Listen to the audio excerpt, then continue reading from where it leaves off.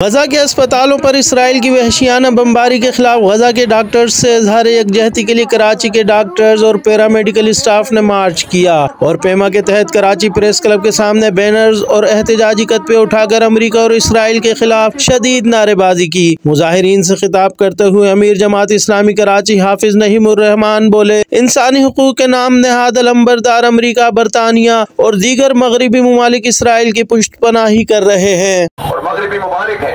لیکن ہم سلام پیش کرتے ہیں اس ریزسٹنس موومنٹ کو جس نے پوری دنیا کو دو حصوں میں تقسیم کر دیا ہے،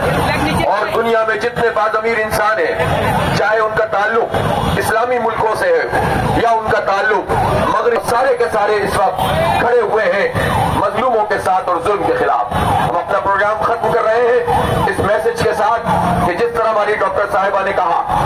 کہ ہم تیار ہوں اس کے لیے کہ اگر وہاں پر کسی کو ضرورت ہے، ہم نے جب اپیل کی، رجسٹریشن کروائی، الحمدللہ 2000 سے زائد ڈاکٹرز نے اپنے آپ کو پیش کیا ہے، جس میں 900 سے زائد خواتین ہیں۔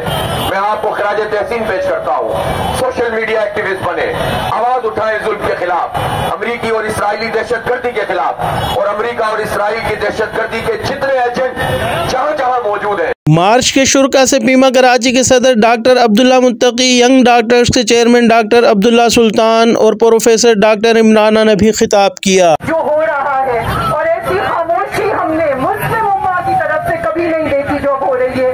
لیکن ہم ایز انڈیویجول کیا کر سکتے ہیں؟ نمبر 1 دعا، نمبر 2 ڈونیشن، نمبر 3 ہم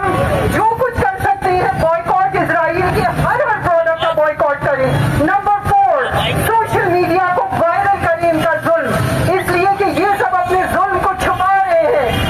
اس موقع پر جماعت اسلامی کراچی کے امیر حافظ نعیم الرحمان کی قیادت میں آنے والے جماعت اسلامی کے کارکنوں کی ایک بڑی تعداد بھی موجود تھی۔